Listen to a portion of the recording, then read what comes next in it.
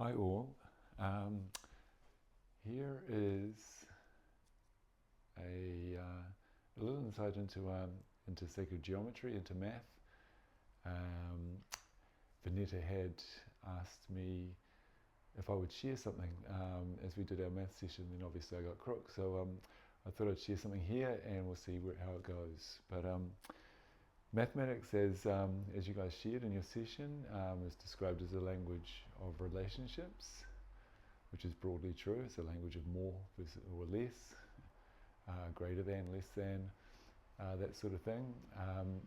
At one point I was thinking a bit more in terms of a language of universal relationships, and that connects to what Vanetta shared in terms of mathematics being the language with which God has written its universe, per Galileo. I'm starting to see math as at its very core, at its essence, and its original reason for construction, as being a language of origin. And to explain that a little bit more, I'm going to hopefully draw something up that might make some sense here. Erwin Schrödinger, physicist who was a contemporary of Einstein's, once rather lucidly opined that the sum total of minds in the universe is one.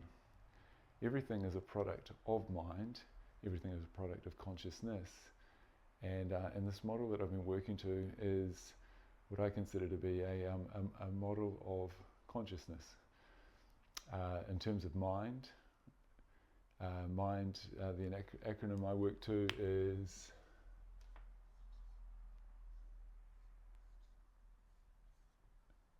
magnetic intelligence, naturally or natively distributed.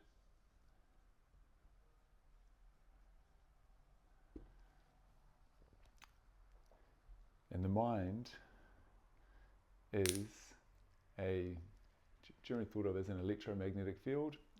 It is more foundationally a magneto-electromagnetic field. Coherence is where we operate, where our mind space operates in coherence at a level of frequency that coheres with the one true mind, the one universal mind. And the mind, in the physical animate form of us or of any other animate structure, is foundationally centered not in the brain but in the heart, which if we listen to the guys from Heart Math, Greg Braden and whatnot, they will point out that the heart can emit an electrical charge up to 5,000 times greater than the brain. So it is naturally the epicenter of the mind.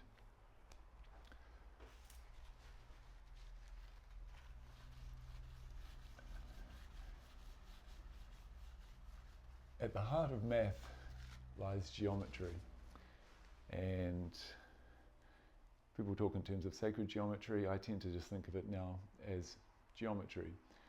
And the geometer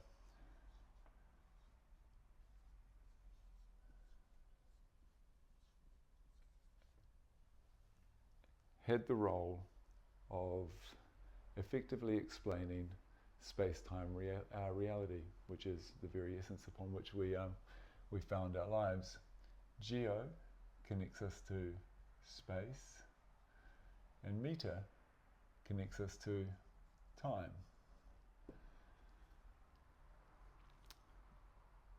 What has occurred to me is that the universe is founded very much like a cosmic timepiece, a clock of sorts.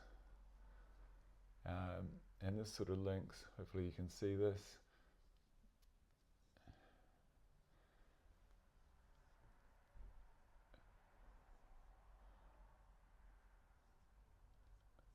So you got 1, 2, 3, around to 12. If you think about our first symbol, there is our first symbol, point of emanation, the circumpunct, and the center.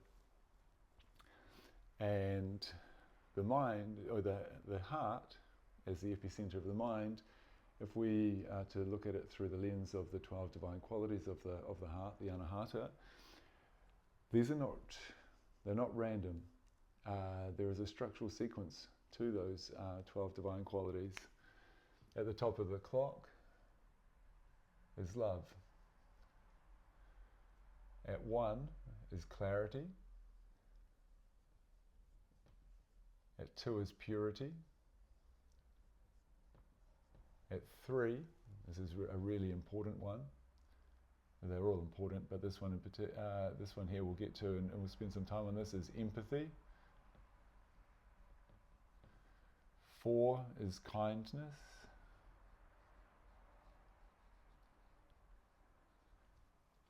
5 is unity.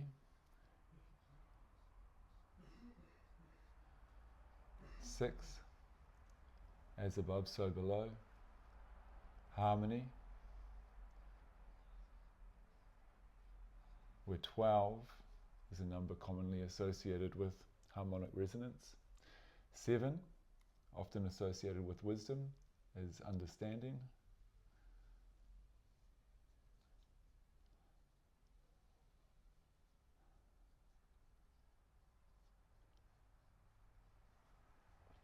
8, the portal to the infinite, is forgiveness.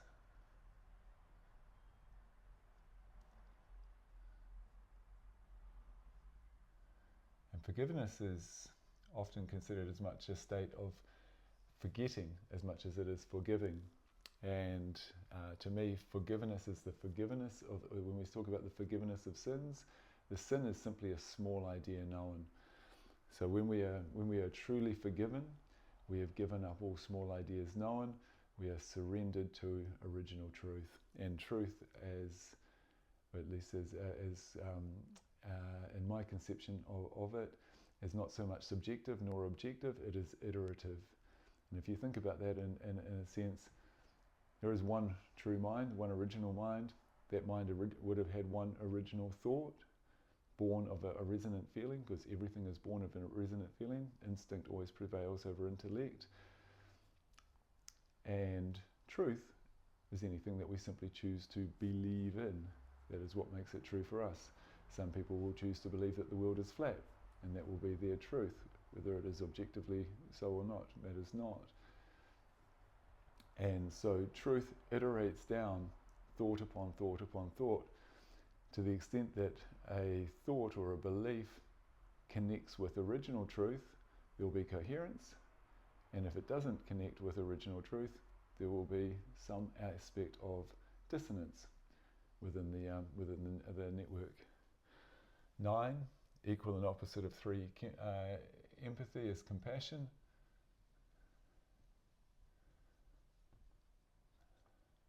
10 connects us to peace, and 11 is bliss.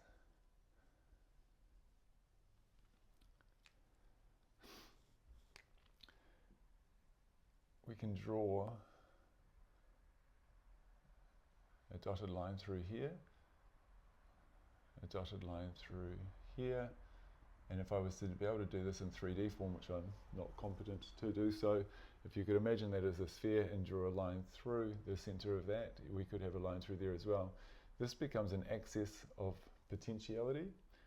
This becomes an axis of intentionality, and the one that would drop right through is the axis of attentionality, what it is that we give our attention to.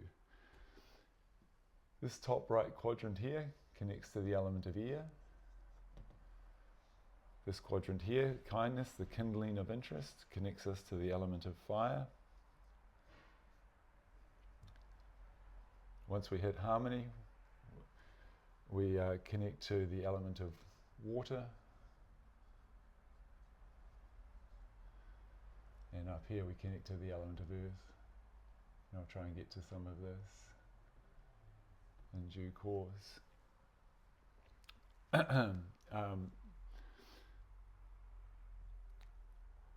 Through clarity of mind, we set pure intentions through which we open an open empathic channel of communication, through which we can perceive, that we are all of one kind, and we can share kindness with one and all. Through this, we perceive unity among all things and develop unity awareness. This creates harmony through which we may understand through wise understanding. Oh, hi. We give up all small ideas known, and so we become truly forgiven. As we are truly forgiven and have given up all those small ideas known, we become open to the sharing, the full expression of sharing of ourselves with all that is and all that ever will be. Compassion derives from the Latin com, meaning with, and pati, meaning to suffer. But there's a deeper truth to compassion. It is not true. It's not simply to suffer with, but it is to share with. There was at least a moment in time, within cosmic time, where there was no suffering. There was just the original vibration of love, and so true compassion recognizes that it is foundationally an act of sharing as opposed to solely an act of suffering. Through the fully sharing and the giving of ourselves and the fullest expression of that, of what that may be, we may experience peace amongst all, which leads to a state of bliss, which is the embodiment. To me, bliss is a state of resonant self-love, which is the truest sense of what it means to live a life full of esteem, to be full of resonant self-love, which takes us to love at 12 o'clock. In terms of some of the math attaching to this, there is a foundational truth within the universe that everything is born of a Trinity structure. And so within that, take for example the atom. An atom requires a proton, an electron, and a neutron. Every proton, neutron, and electron contain 3 quarks. Water, the elixir of life, is oxygen and 2 hydrogen atoms. And so why this is important is for life to become actual, for 0 to the power of 0 to become 1, out of this field of emanation in the center, we literally go from 0 to 3 in no time at all.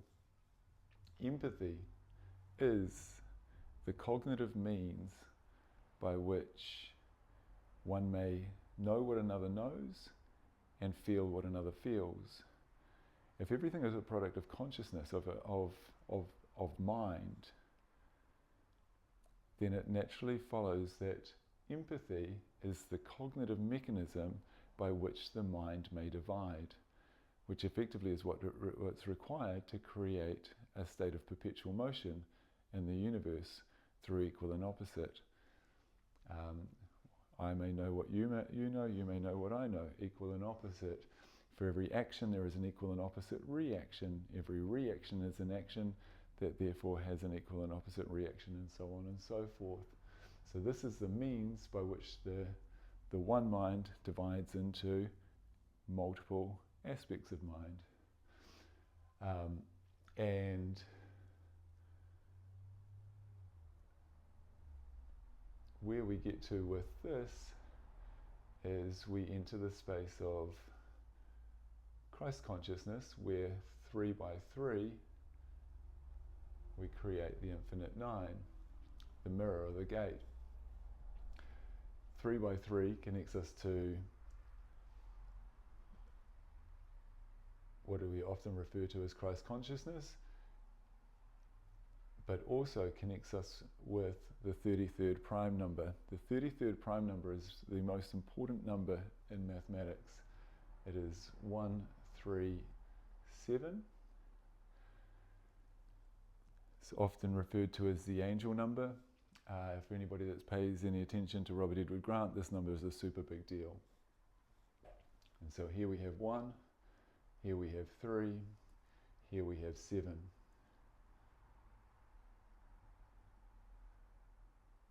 This creates a Y structure. It becomes like a tuning fork that unlocks life. 7 connects us with wisdom.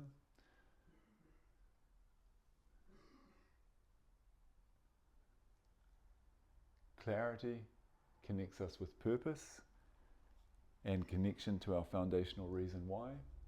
Clarity of mind sees that this is our foundational why. So this is our why.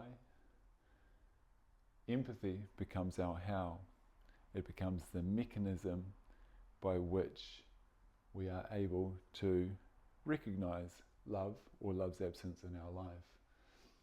And 7 is the wisdom that sees that all things have two sides, as per Carl Jung.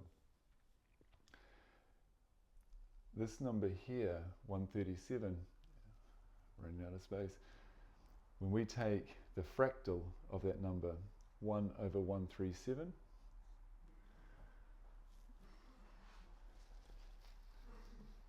we get what is called in quantum physics the fine structure constant. 0.0729927 infinitely recurring. That sequence, infinitely recurring. This is the fine structure constant. It's also referred to as the alpha constant. This is the quantum physics computation that explains how a proton becomes a photon, how light emerges out of the nothingness. So it's a very, very big deal. This is, I guess, E equals mc squared in action. Energy descended into matter via the expression of light. This is the number that is the number of light emanation, emergence out of the liminal space. Even to interpret this number, again, wisdom sees that all things have two sides. 9 becomes a mirror, and it infinitely repeats. So that's one way of looking at geometric structures, I guess. What else to share with you? Empathy also is explained in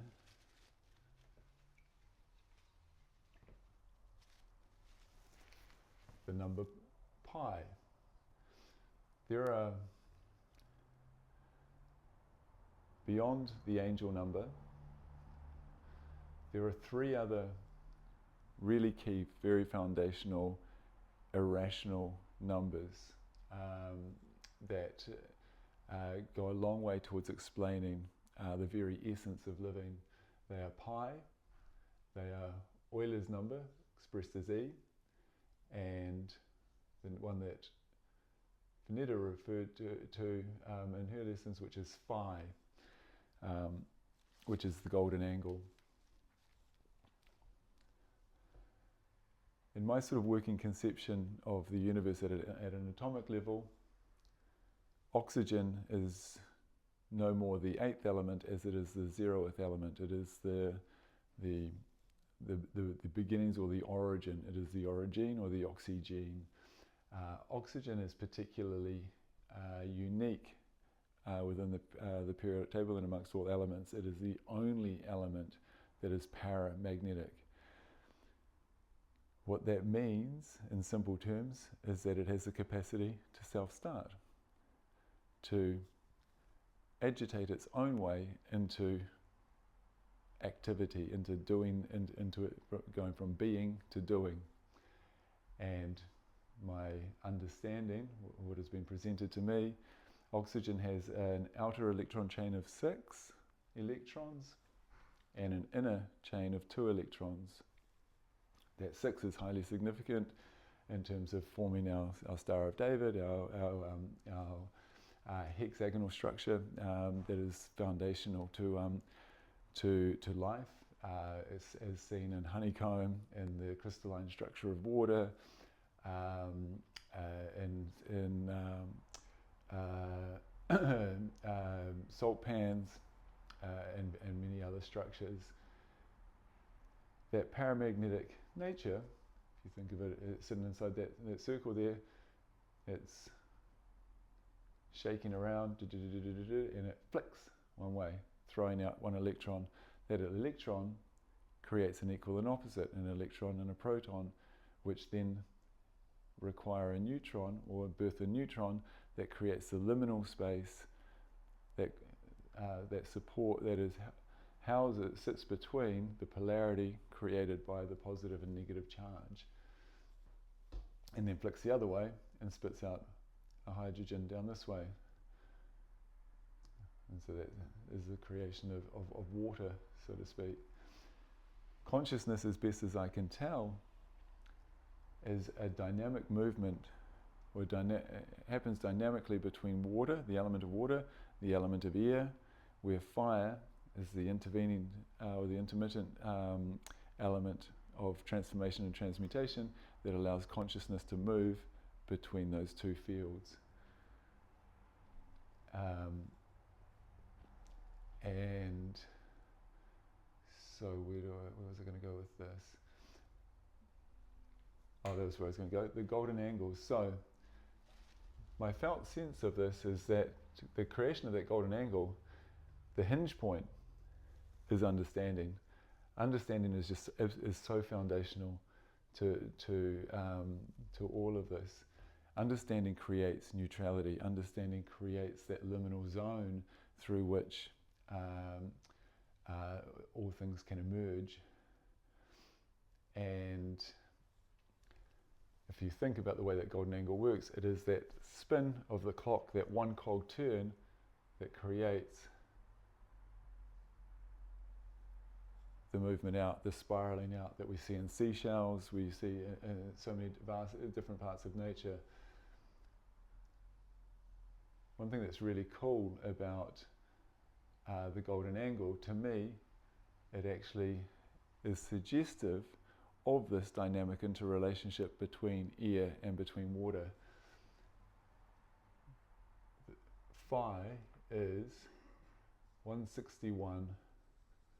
If I was to draw that slightly differently, 611.8. 8 connects us with oxygen, air, ether. 1618 connects us with hydrogen, plus, and oxygen, minus. So this is basically telling us H2O naturally pairs or is equal and opposite to O. And between 6 and 8 sit 7. So again, it points to this foundational importance of understanding as being this hinge point through which creation can unfold at the level of consciousness becoming conscious of itself.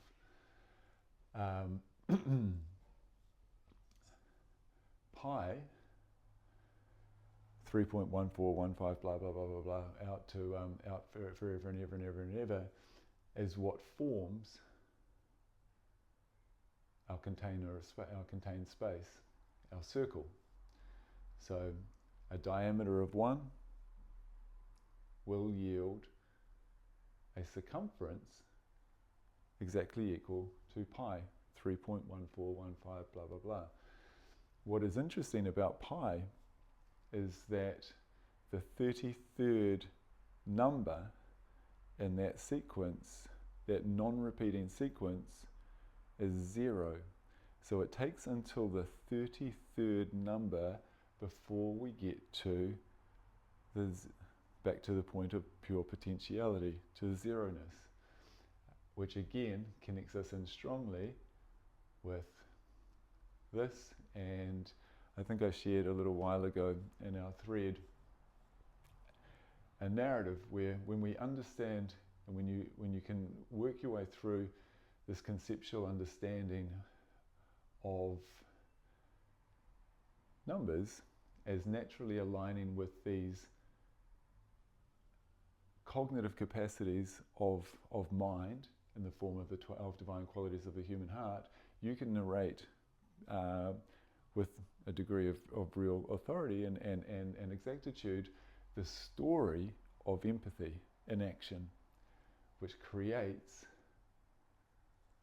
universal reality as we perceive it, for it is all a perception. Reality is, after all, an illusion, albeit a stubbornly persistent one, I think were the words of Albert Einstein. So that gets us to Euler's number. I won't go into so much here right now. It becomes the growth constant. It becomes it is the measure by which, once we set something in motion, that motion carries on, and the growth factor attached to it. So those are perhaps the most important numbers that we're probably likely to come across in the terms of sacred geometry. One thing that is very cool within this is that we can create, through this structure, a model of cognitive flow that runs through here. We have sustained purity of intention, which is set through what it is that we desire to know, what it is that we hold for ourselves in terms of a desire to bring in, which is effectively the cognitive capacity of curiosity and action, and forgiveness, the forgiving of all small ideas known, which allows us to be in a perpetual state of cognitive flow, or any flow state. So what are people, in terms of all the studies of flow and flow states, there's always this felt sense of self-transcendence, that of being totally lost in space and time, and being at total oneness with everything. This point of emergence connects us to intuition. Intuition, in simple terms, is the means by which we derive intelligence from a source beyond ourselves. It is the out of nothing everything, the heartfelt wisdom received as a gut instinct, which is then subsequently shot up the vagus nerve to the pineal gland and reveals itself, if I draw an arrow this way, in the form of what we call imagination. I am a genie for having come up with an idea. Imagination informs our inspiration. Our inspirations inform the questions we continue to ask, curiosity. Curiosity, the questions we ask, the questions are the answer. This is the reticular activating system of the brain in action. It works like a filtering device within the brain, and it calls forth new intelligence in the form of intuition, which then manifests itself again at the pineal gland in the form of imagination, which informs what it is that we are inspired by, wish to know more of, what have you, which then informs our curiosities, the things that we dare to ask of the universe, and we create this cognitive loop that rolls back and forward, back and forward. This is cosmic cognitive flow. This is the true flow state, where we remain in perpetual harmony with all that is. And it is midpoint of air, midpoint of water. So again, this idea of this dynamic interplay of consciousness between the natural mystic of Bob Marley floating through the air, the opening lines of the album Exodus, and water as consciousness. Bearing in mind that everything animate on this planet has emerged from water. 530 million years ago, there was a Cambrian explosion. Prior to that, I think 70 million years prior to that, give or take, dinosaurs were wiped from the face of the planet. The planet went quiet for 70 odd million years. And as that Cambrian explosion, that unleashing of life on this planet unfolded, everything emerged from the swamp. We are most likely evolved from cephalopods, hence why brain scans are done with an electroencephalogram. And so we are distant relatives of octopus, squid, cuttlefish. So I think that's kind of all I wanted to share, but this is the role of the geometer. The role of the geometer was to basically tell the story of creation, to tell an origin story, and that makes math foundationally a language of origin. One of the things Vanetta shared in her email was a very cool drawing, different to this, but she mapped out the first 12 numbers of the Fibonacci sequence and finished up with 144 at the top here, which 144 is 12 by 12, harmonic resonance 12 by 12. Another way that can be done is that if we stretch this clock out to a 24-hour clock, so effectively starting 0 here, 1, down to 12 here, all the way around to 24th hour up the top. If you take the first 24 numbers of the Fibonacci sequence, which I'm not going to write out here, plot them all the way around, and then you take the digital root of those numbers, and what a digital root is, say for example 16. The digital root of 16 is 1 plus 6 equals 7. The digital root of 233 is 2 plus 3 plus 3 equals 8. If you take the digital root of those 24 numbers, what you will find is that the number at 1 and the number at 13, so 1 p.m., 1 a.m., will sum to 9. Between 2 and 14 will sum to 9. Between 3 and 15 will sum to 9. Every single pair will sum to 9. That is the mirror. It is the cresting point, but for where 0, 1 becomes 1, 0. And that is, you can think of it in terms of night and day, light and shadow. But that is another powerful way to appreciate how math is foundationally describing the structures of the universe and the way we work in terms of the duality through which life is experienced, the wisdom that says that all things have two sides. Again, with this 7 being super, super important, super and foundational as this hinge point that creates, through understanding, the capacity for consciousness to evolve and through that evolution to expand, to grow. Is there anything else to share? I will share with you one last thing. This model, if expanded out into three-dimensional form, and again playing around with notions of sacred geometry, I'm not going to be able to draw this particularly well, and I'm certainly not going to attempt to draw it in terms of the outer structure.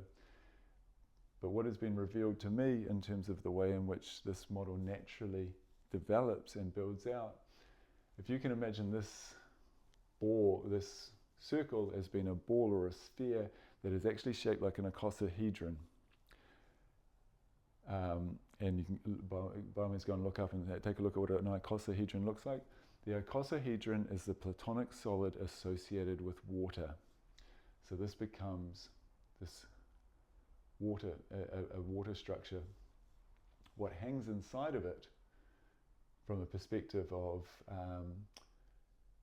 if this is effectively a model of creation, what sits inside as the creative process is that, again, I'll do a dreadful job of drawing this, no doubt, but I'll give it a go.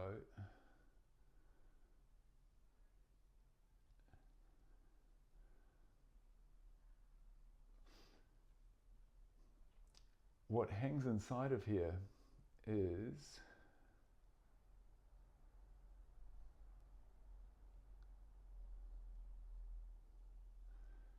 an octahedron, which is basically two pyramids, so a four-pointed base, central point, and an upside-down pyramid underneath there. That is an octahedron, and which is the Platonic solid associated with air. And what sits off here is a tetrahedron, which is a three-sided structure, with a three-pointed structure in the center with a top point and a bottom point. And that is the Platonic solid associated with fire. So air plus fire equals water, where air connects us foundationally with oxygen, fire connects us with hydrogen. To put that into perspective, every celestial being, every star in the universe is basically a giant nuclear reactor burning hydrogen and emitting light. So hydrogen is foundationally connected to fire, to light,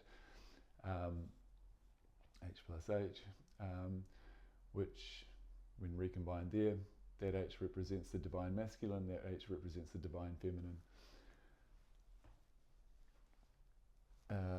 If we just, from a cognitive perspective,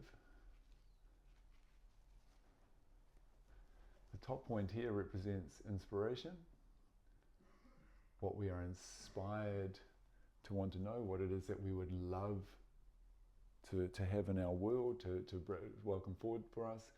This front point is esteem,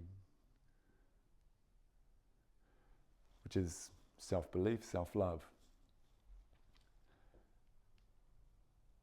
This point here is what we might call prior understanding.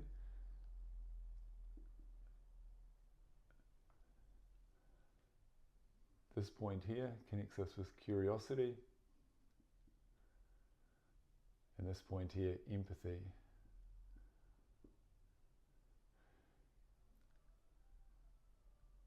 We require all of these to be working in harmony in order to bring forth intuition. We can only welcome something new in to the extent that we can perceive it within some form of broader contextual awareness, and that's why we require prior understanding.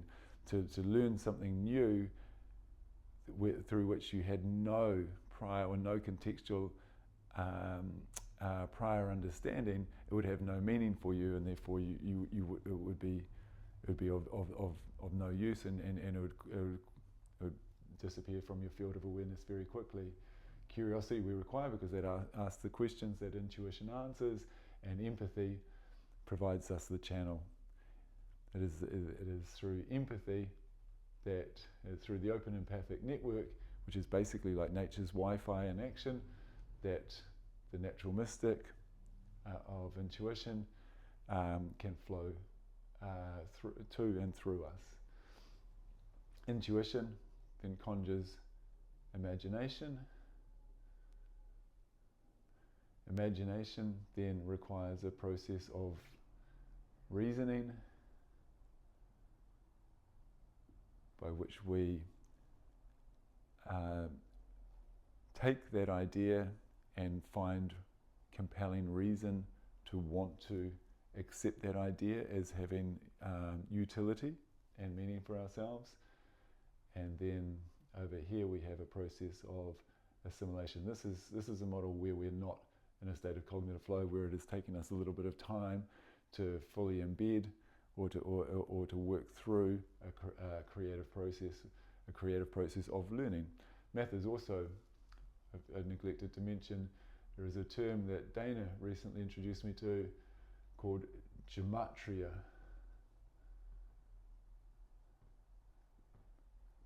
Gematria connects math as the language of learning, which, if you think of it from the perspective of consciousness, that's all we're ever doing, is we're in a state of dynamic learning and appreciation coming in. And the final one down here is memory.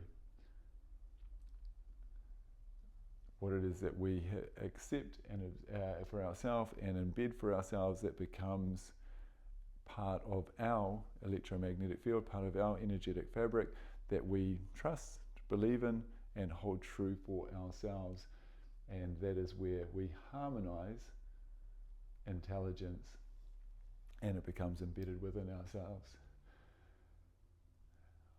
It's a little bit too tricky for me to pull this off here. I'll be able to show you or send through reasonably shortly a working model of this that I'm about to load up onto to my website, where you'll actually be able to see that that as you step through this structure, one click at a time, one point at a time, from 1 o'clock to 2 o'clock to 3 o'clock, you get a natural turning of this central point.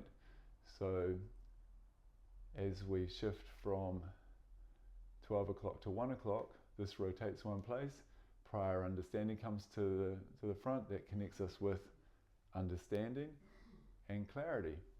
This is where we align what it is that we already currently know with what it is that we are desiring and inspired to know. Then when we click through the second time, purity to forgiveness, we call forth the cognitive capacity of curiosity. Curiosity is then, it's our setting of intentions, the purity of our intentions, which we might very well be doing today with the Lionsgate portal opening. Curiosity isn't just asking questions in a classroom. Curiosity is also what it is that we are holding visions for ourselves, what it is that we're wanting to see more of in our lives. Do we want a new dog? Do we want a new cat? Do we want a new car? Do we want more money? Do blah, blah, blah, blah, blah. And then as we click through to 3 o'clock, empathy comes to the front. So this is where we open up that pure empathic channel, where not only may we know what another knows and feel what another feels, but we also are in a position where the universe may share with us, or whoever it is that we're engaged with, whoever that may be. And this is where intuition does its thing. And then we click on further through, kindness, peace, which is where we see things of a kind. We bring forth the imagination. We see things for the first time with clarity, and so on and so forth. But again, I'll share this model in more detail later. But I think that is all I wanted to share. I hope this has some utility. I hope you find something of use out of it. More than happy to share or break apart any of this at any time for anybody that would like to hear more. Thank you. See ya.